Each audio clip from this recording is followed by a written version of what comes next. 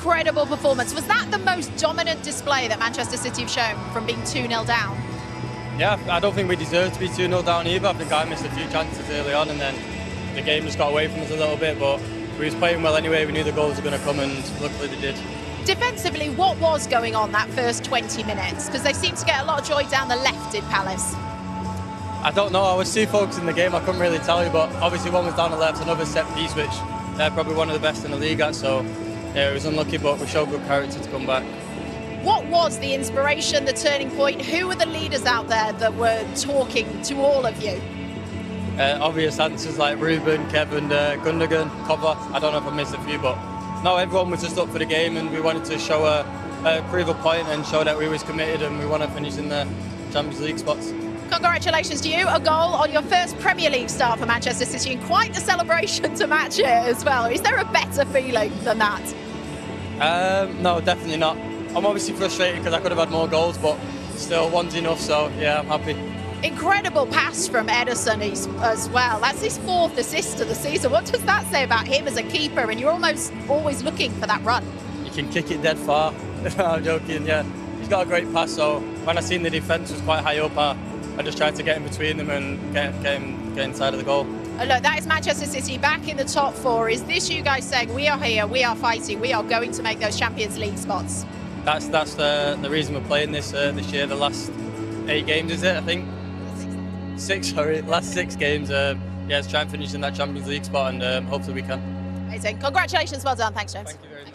Of the match, Kevin De Bruyne has joined us now. Kevin, thanks for coming out to see us. And this is the first home game for you since you announced the news of your departure. What were the emotions like today coming into it? Oh, happy. Of course, you know, the scoreline didn't reflect a bit what I thought about the first 20 minutes, but you know, we found a way to change the game, and you know, in the way 10 years is not going to change 20 minutes. You know, I'm going to enjoy every moment that I have here, and I'm happy that we found a way to perform well today. Tell us what was going through your mind when that Eze goal was ruled out, because that felt like the turning point, and it felt like you then just decided you were going to grab that game and drag your team to the win. I don't know. I thought the first 20 minutes it was actually all right. We had a couple of chances, but they pounced on 2 chances, 1 chance and a corner, and then obviously the Eze chance, and I was like, okay, what's going on here? But I think the reaction was really good. Obviously, scoring quickly, the first and the second, changed the feeling of the game. But I think overall we played really well. Kevin, what do you need to do from now to the end of the season to ensure you get that Champions League place and you leave the club on a high and where they should be in the Champions League? Oh, we need to win these games. I know. Yeah. No, but I think perform the way that we did today. Be aggressive. This team has always been good when we are aggressive, when we press forward. Of course, we struggled this year, but you know, we need to find a way to win these games. And the most important is that this club next year plays Champions League. And hopefully we can bring that to them. Yeah, and the young players like McAtee and Oscar Bob coming on today, and the club still is positive for the club in the future, isn't it? Yeah, I think in the years that I've been here, there's been so many young players coming through, and I think also to play for this team as a young player, you know, the level that you need to have is high, but for them to be able to do that at 18, 19, 20 years means that they're really, really good. And this will help them enormously. How much are James and the likes of Nico really trying to tap into your knowledge and your experience while they've still got you here? Well, I don't know. Sometimes they ask questions, sometimes they look. I think, you know, as a young player, you need to grow a bit in a team. You need time to learn how to adapt to the team. But then I think once you get into a rhythm of really being confident and playing, you're a different player. In the beginning, you're a bit shy, you don't know what to do, but then now these guys are part of us, so there's no difference between me and Rico, you know. He does his job like I do mine, and they feel comfortable with us, so that's the most important thing. Gav, just watching you out there today, obviously, you know, you've been such a fabulous player at this football club, but it just shows you can still do it, right? And obviously your chapter's coming to an end at Manchester City, but you know, there's more years left in you, so you're looking forward to playing on? Yeah, of course. It's been a hard year, you know, having a hernia wasn't fun, but I think now I would say I'm basically pain-free for the last 6 weeks, and that's a massive difference. Playing with pain or no pain, it was hard, but now I feel free. I'm able to do a lot of training sessions, and I feel I can do a good job. So I don't know what's going to happen, but I want to play on. So we'll see where I can end up. Do you think there'll be a moment, when it comes to the last home game here, where you'll be able to hopefully Champions League football in the bag, look around with your family and then take it in, because it's been 10 years, it's been a fantastic 10 years. Yeah, to be honest, I don't know how I'm going to feel. Yeah. I've been here so long, my family's been here 10 years, my kids are born in Manchester, lived their whole life here, so it's going to be something different for them. I think they're a bit scared, excited, but it's a bit unknown because we don't know what's going to happen for the moment, but I want to enjoy, play good football like I did today, and for the rest, I'll be fine. So, if I can play football and my family's happy, I'm good. You want to enjoy these final few games, but to go out with an FA Cup win, Kevin, would that be the perfect ending? Yeah, that would be brilliant. To be in the semis again is great. We play Nottingham, who's done really well. But we're going to try and give it a best shot winning, and that would be really nice. Kevin, thank you so much and best of luck. And we're going to hand you another one of these. I'm not sure how many of these you've had over the years in the Premier League, but you are the player of the match. Well done. Well done. Take care. It's really interesting, isn't it? Because we don't normally think about that when he's saying his kids are maybe a bit scared, a bit excited, because he's such a part of the fabric of this city, of this club, and that's coming to an end this summer, and there's so much more to think about. Yeah, do you know what? That's really insightful. He's a great player. We all know he's like his favourite. He's been here 10 years. Regardless of whose decision it was or anything, it'd be a wrench to leave. It'd be difficult to change when you've been somewhere for that long. I was at 7 years at Chelsea and walking out the door. Well, that was difficult. Do you know what I mean? It's so that's insightful. It's a real change for him. But I'm glad he's excited, because we're excited. If there won't be any club in Europe that would not want Kevin De Bruyne in their side if he decides to stay in Europe. I think he's still capable of affecting games at a very, very top level. So it'll be great to see him. I might be naughty. It'd be great to see him stay in the Premier League. It Maybe would be, a little bit naughty. But you we can't see him ever playing for another Premier League club, can you? Stranger things have happened. And like I said, he's a joy to watch. Today was an absolute joy. Me and Crouch had a great time, apart from the fact that our knees were stuck on them chairs behind and we couldn't move. It was like you come to football and you want to watch players like that, and it was a real privilege. Yeah. And at the end as well, he got such a lovely ovation, didn't he, from all the fans here. He looked quite emotional, but his performance today, Peter, deserved it. Just sum up how well he did out there. Yeah, just an unbelievable talent. We can sit here and talk about him all day. For me, it's just his weight of pass. I think he's a leader. You can tell what he's like. He drags people along with him. He's done it in the Champions League so many times. Obviously, the free kick, this is it. As you said, he dragged Manchester City back into it. They were really struggling, let's be honest. In the first 20, 25 minutes, they don't score there. You can see Palace going on and getting another one. So, huge goal and massive moment in the football match, and that comes from the big players. And he was involved in the 2-2 goal as well for Omar Marmoush as well, Joe. Yeah. I mean, listen, he's involved. He's the fulcrum of everything Manchester City do. And like I said, do you know what I wanted to ask him? Because Marmoush scored this goal. I think he would have loved to have had another few years with Marmoush. He would have another 100 assists with them two. I think next year you're going to find Haaland and Marmoush playing more centrally. This ball here is lovely.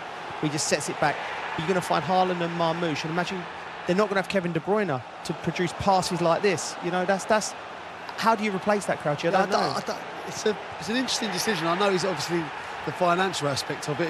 He's on a lot of money, but he still looks a fabulous player. I know that he's not, obviously his injuries have hampered him, as he mentioned there before. But I just think if you get half the games out of Kevin De Bruyne, it's better than someone playing a full season, I would say. He said he's pain-free as well now, George, doesn't it? We've seen the level he can still play at and impact a game today. Do you think there's any way that there may be a change of heart and a little extension get added there? Because it's clearly not what he wanted to do. I mean, I think there's still a possibility that could happen, because what you said there about playing pain-free, there's nothing worse than playing with players you play. You're always playing with something that's sore, something hurt. No, you turn up at a stadium and the people that come, they don't know that how much campaign you're playing in. It might take 10, 15, 20% off your game.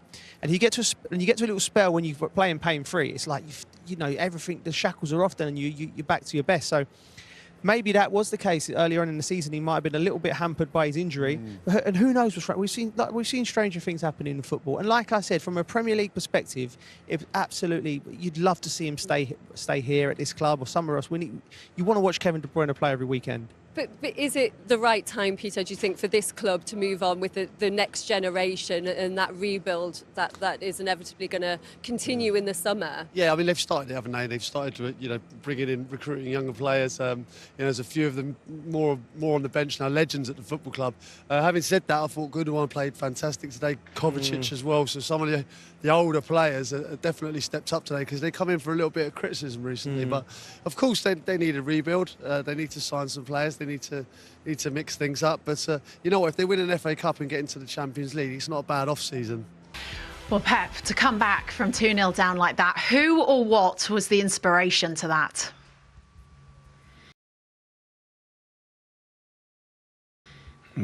Kevin with the free kick changed the momentum. I think we start really well. The two actions, set pieces, they are so strong. It's the best team in the Premier League, and we are not the tallest team, I would say. And the first goal was a good action in that term, so we have to admit it.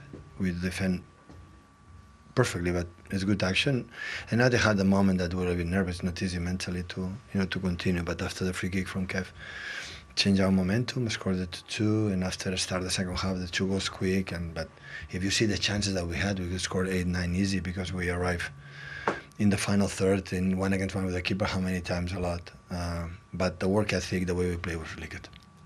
James McAtee, with the goal that he got, obviously his first start for City in the Premier League. You must be delighted that he repaid faith in you, because you said pre-match you were thinking you maybe should have played him earlier. Yeah. I know them, so I know how good it is, so I don't have any doubts about that. Sometimes look how many players in the academy in the past, they are shining in the Premier League and in all around the world and in many, many good clubs. It's because the space was not there, because he was senior player. Yes, that's why we won what we won in the past. And McAtee, the quality is there, we know it. He could score incredible hat-trick or 4 goals because the chance that he had was so clear. But it's not easy when you don't play quite regularly, have the composer in the ATR box, you know, in front of the goal to score the goals. But I'm pretty sure he will. That will help him, and we can rely on him. Ederson's 4th assist of the season, pretty good for a goalkeeper, but he came off. Is he okay? Have some disturbing in the past, and 2 months ago, and he appeared again today. So is it a case of wait and see in terms of that injury? Yeah, listen, the season had been a nightmare in that term, so had been and when you see, okay, Erling injured 6 weeks, could not be worse. And after Eddie, I don't know, could not be worse. So yeah, always can be worse. So it's what it is, and accept it, and 6 finals, FA Cup, and recover the players.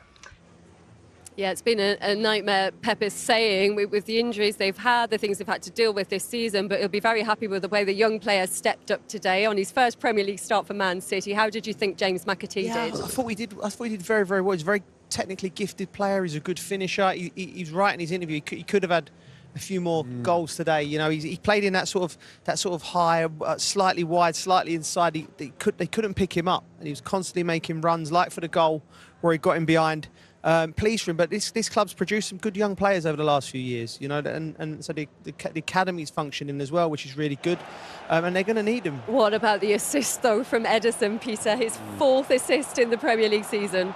That's unbelievable. Like, it's a decent season for like a fullback, you know, for assists, and he's got such an unbelievable strike on it. But you know what, he must do it in training, because the players are always, the forwards are always on their toes rather than their heels and looking for it. And it was a good finish from McAtee, because he missed a couple in the first half, so he'd have been pleased with that one. Is it inch perfect from the keeper? Yeah, I mean, listen, we were talking about during the game, me and Crouchy said, like, the goalkeepers now, they are just superb passers of the ball over that type of distance. And when you've got someone like him, you just make the run and he picks you out. And this is a great finish from O'Reilly as well. You know, this kid's been a revelation. The technique there, look how relaxed he is now. As the ball drops down, he just gets his shoulders in the right position, side foot. It has a little deflection, but he puts enough power on it to beat the goalie. And he had a very difficult spell in the game, and he come back and he ended up with a goal. So credit to him. Yeah.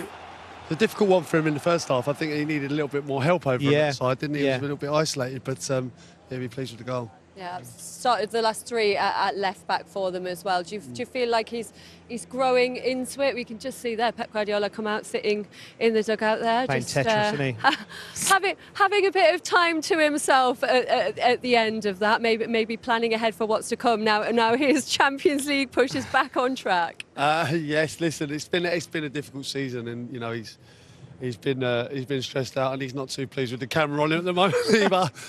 He probably just wants to enjoy some of this Manchester weather, because as he said at the start of the match, the sunshine here is weird. It's very.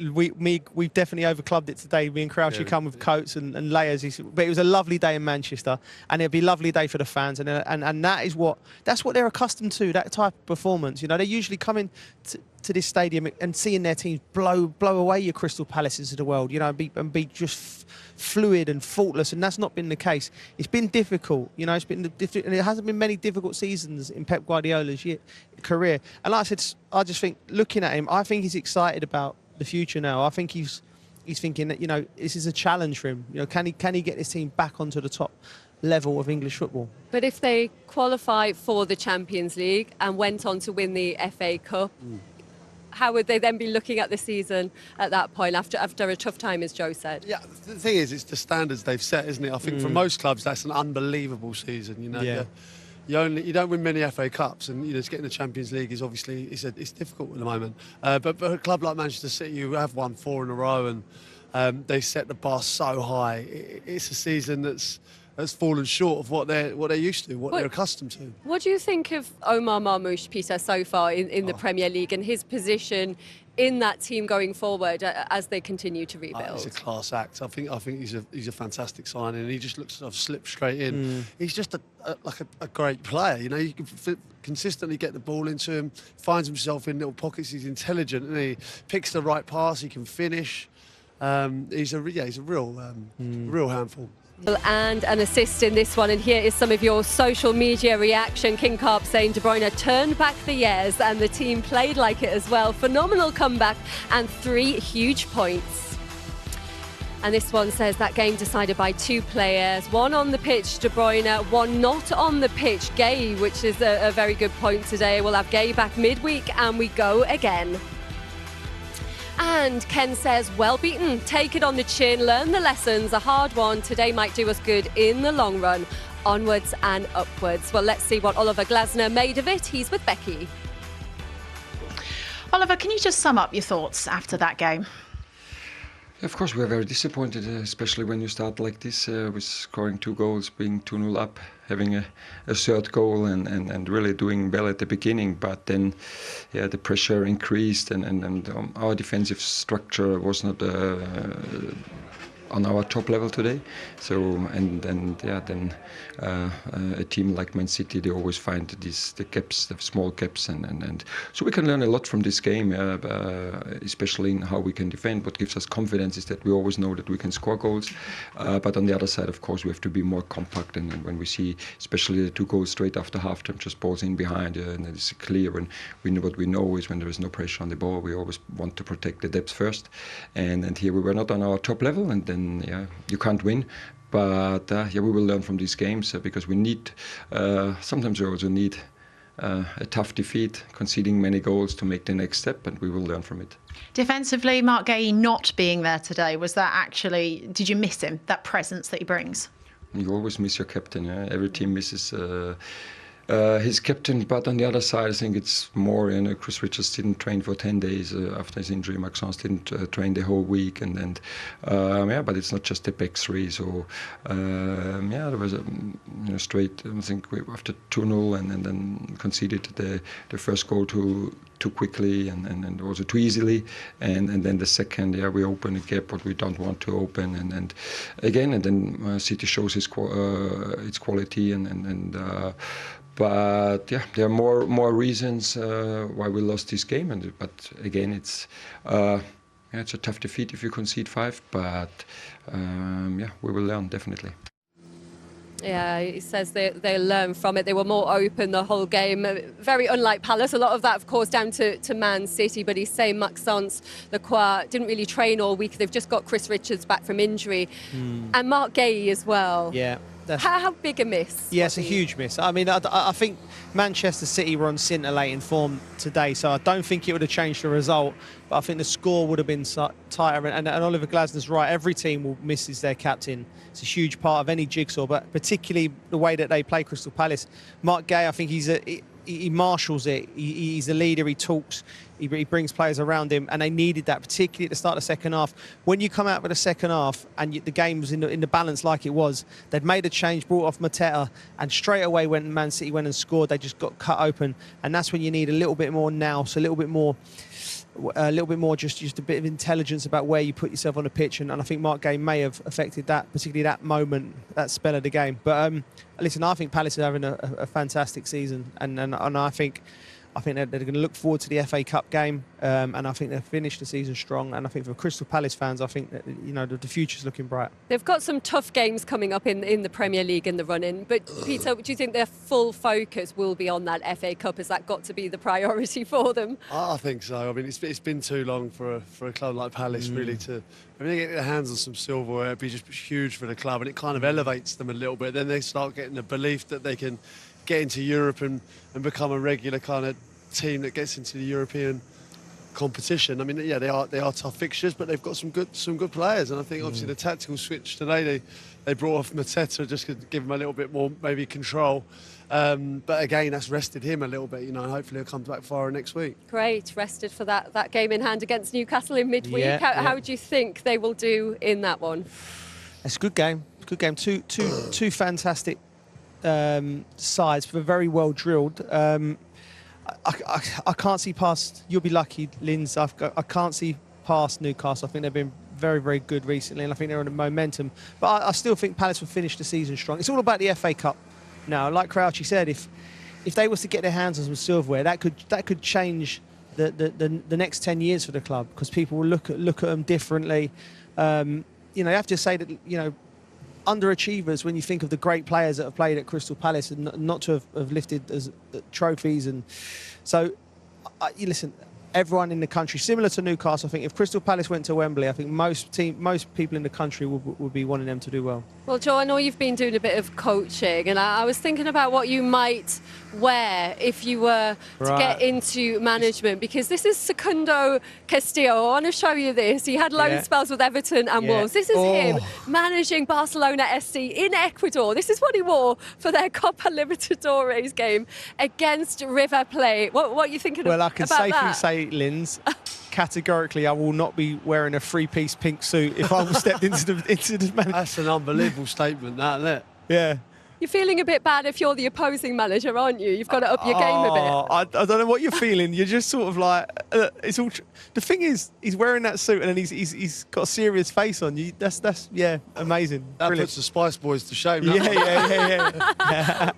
What would you wear if you were a manager, Peter? I think you've got to go with the suit, I think. Yeah. Don't you? I think I'm not from a tracksuit manager. I think if you're in charge, I think it's a smart suit. The game's changed. It used to be like suit or tracksuit, but like you got this hybrid now. You got Pep's very stylish. Changed the game, isn't he? Changed the game on and off the pitch.